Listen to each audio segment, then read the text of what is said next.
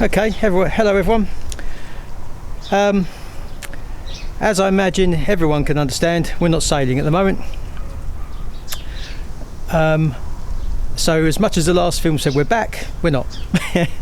But then let's face it, no one is. So can't not fiddle with boats, so I brought a few things home with me last time that were on the boat that I wanted to dry out or move or whatever. One of which was this cruising chute, which, reading the tag on it, is asymmetric, much the same thing anyway, off a different boat. So I don't know how well it fits, but it's got a nice new snuffer on it. For those of you that don't know, a snuffer is basically just a giant sock that goes over the spinnaker. You hoist it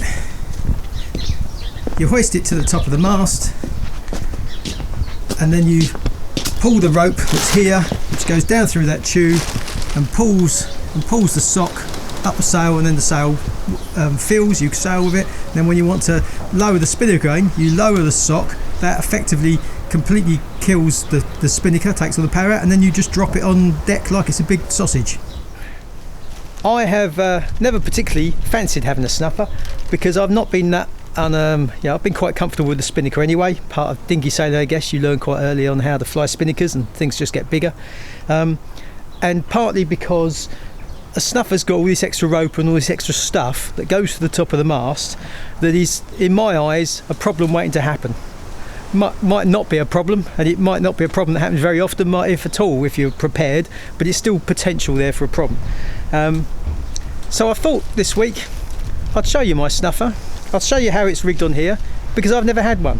And for those of you that have never seen one before, maybe it'll give you a few ideas. And for those of you that have got them, please tell me what's wrong with this one, or if there's nothing wrong with it. If it's great, just tell me how it's rigged. Any feedback will be good, because I've never used one, so we're going to find out. Anyway, it's on the ground. I'm going to pull the rope. Let's see what happens.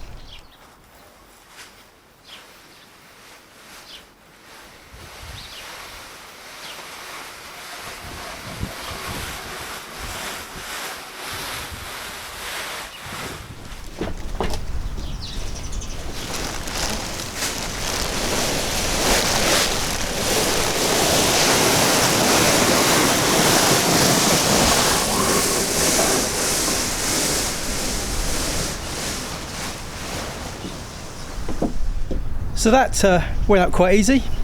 I've done this once before last week when we first kind of sorted it all out, and it was a bit more of a pain, but I didn't have it so tied up before. I think it's because I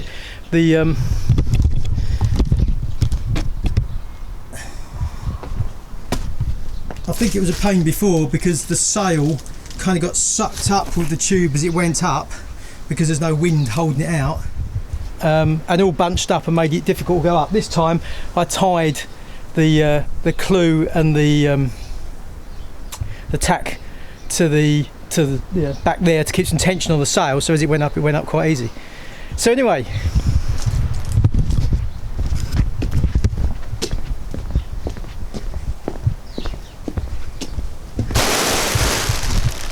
so now you fly the spinnaker with this lot at the top of the mast.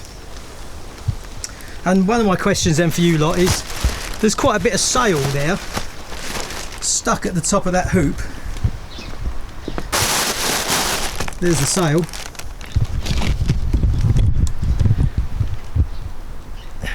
Yeah, it's quite a lot of sail there stuck at the top of that hoop. Would it pay to have like a line at the top so that you can get the spinnaker a bit lower down, assuming this spinnaker's not too big for the boat and it's got some room in it, so that there's more of the spinnaker working and I'll just have a long tail at the top? Or is that a stupid idea? Because at the moment, of course, the top of the sail is going to be choked and we'll end up with lots of horrible creases and we won't be able to set the top of the sail. Then another thing, is that the right way of doing it? I don't know, there's no instructions with this. There's a piece of webbing there that's got an eye for that ring to go through. I assume that's what we're attaching the halyard to. Pretend this is my halyard. And there's a block on one side for the up-haul downhaul rope, and then the sail shackled onto the other bit.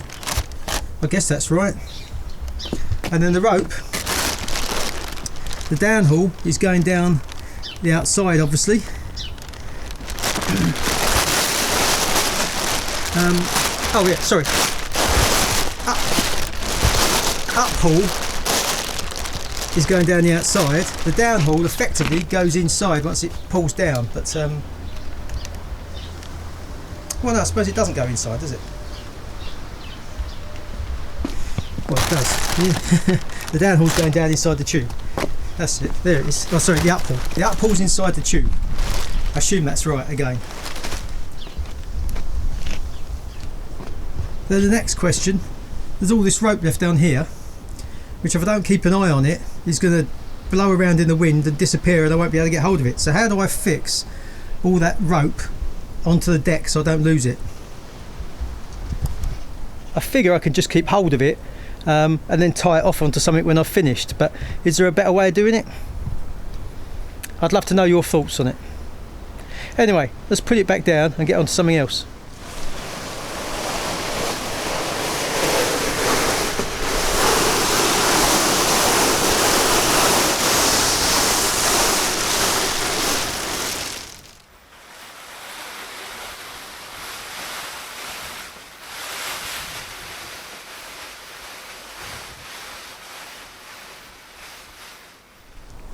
I have to say, in the comfort and sheltered position of my garden, that was very easy. What it's like on the deck, because of course the one downside to this as opposed to a normal spinnaker as such, is that on a normal spinnaker, when I come to hoist it and douse it, I'm doing it from the cockpit. On this, I've got to go onto the foredeck, which isn't quite so inviting. When you're on your own, you fly a spinnaker normally on your own, you have to go onto the foredeck to set a pole or whatever, but you kind of go there, do that job and then come back. You're not on the front pulling ropes and dealing with a flapping spinnaker. You do that from the cockpit. Yeah, anyway, we'll put it down and then I'll quickly talk about something else I want to talk about.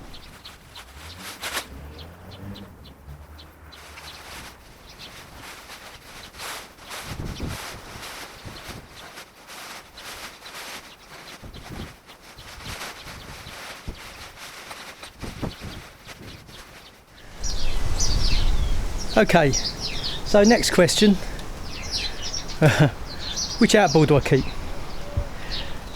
That black Suzuki we've had for the last 3 or 4 years and it's been brilliant. It's a 2.5 horsepower 4-stroke. It has started first pull every time since we've had it, apart from once, which is actually really irritating. I think it just flooded, but other than that, it's been brilliant.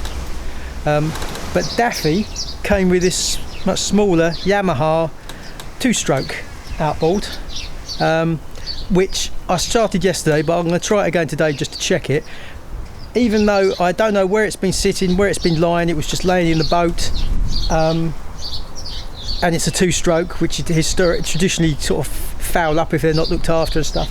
It's in excellent condition and it started on the second pull, having not been used for I don't know how long. So my question is, I don't need 2 outboards, which one do I keep? The primary differences are the weight, and I was going to weigh them.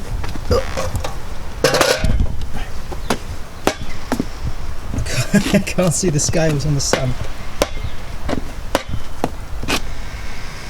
There we go.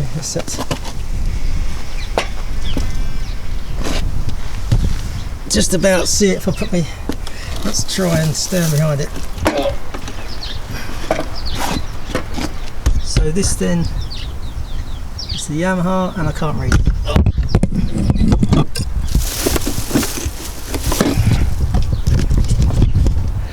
Gonna have to go and find somewhere out the sun to do this. Right, this is better. Inside my gloomy old garage, and the Yamaha weighs 11 kilos. Okay, Yamaha weighs 11 kilos. Let's get the Suzuki.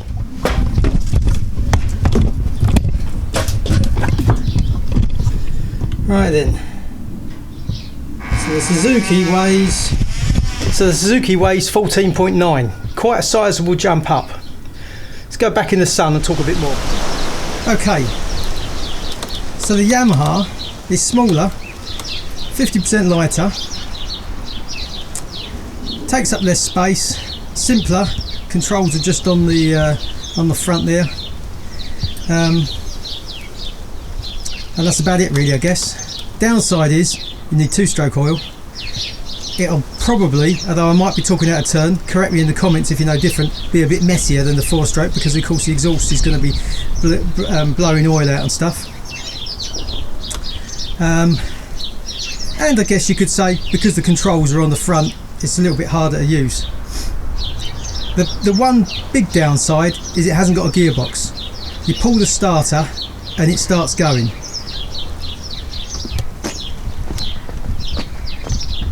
The Suzuki is obviously heavier and bigger, but it has the throttle on the twist grip, a twist grip throttle on the arm, which is obviously a little bit easier, and also has this gearbox, so you can put it in neutral when you're not using it. And the other thing that I did notice yesterday is it is actually easier to start. It's easier to pull for some reason, probably just because of that gearbox. I imagine the Yamaha, when you're pulling it, the proper middle starts turning as a bit of drag. So for us, the main reason for having an outboard is so that we can use a dinghy to take Izzy and Winnie ashore if Izzy just is going stir crazy in the boat, and if the dog needs to go to the toilet, because try as we might, Winnie is such a good girl, she will not go to the toilet on our boat. Which means Hannah has to move it around. So then of course there's two sides to this. She does struggle to start that Suzuki sometimes, so the Yamaha being that bit harder might be even worse. Plus, when you're going into a shallow beach, sometimes it's kind of useful to just put it in neutral so you know you're not breaking the propeller and coasting up to the beach than it is to go motoring up and then have to just kill it when you want to kill it. I don't know. On the downside, of course, the other side of it is that if Hannah ever has to get the dinghy ready, it's going to be a lot easier for her to manage the Yamaha than it's a Suzuki, because it weighs that much less. In practice, and I'd love to know what, I'm sure many of you out there have had this same dilemma, which one did you pick? But I think we're going to pick the Suzuki, because we're used to it, and that gearbox and the easier starting is going to make a big difference to us, I think. So anyway, one way or another, one of these will be up for sale if you're local to us and you want to buy it, because at the same time, follow me,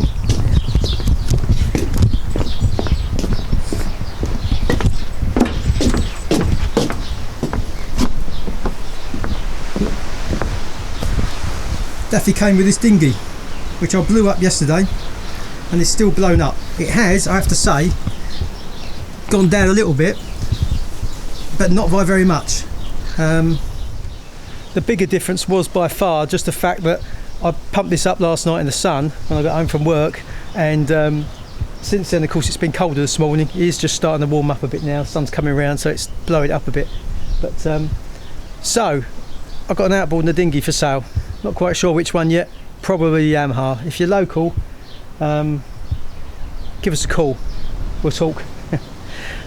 I'm thinking if we sell the Yamaha outboard, that's got to be worth 150 quid, so if I say 200 quid and someone can have the dinghy and the outboard, it's sold. Anyway, this isn't about selling that.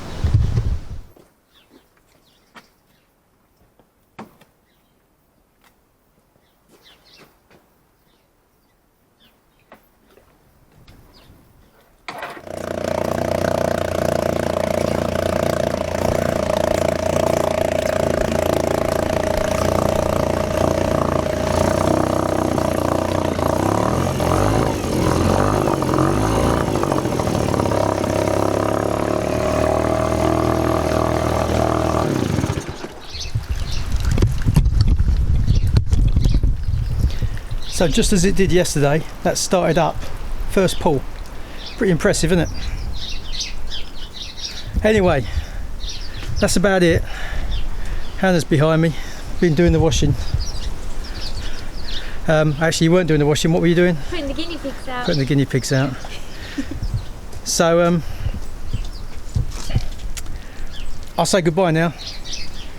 We'll, yeah, who knows what we're doing next week. If we're not sailing, I might take you down to the dinghy park and show you the dinghy I bought that I've only used like twice since December when I bought it, because we've had nothing but storms. Yeah. It's windy. Even though we're not sailing, it's still 30 knot winds again today. Storm after storm at the weekends. Anyway, I'm Ian. This is Sailing with the Foxwell family. Join us next week. I'm sure we'll be doing something, even if we're not actually on the boat. Oh, really?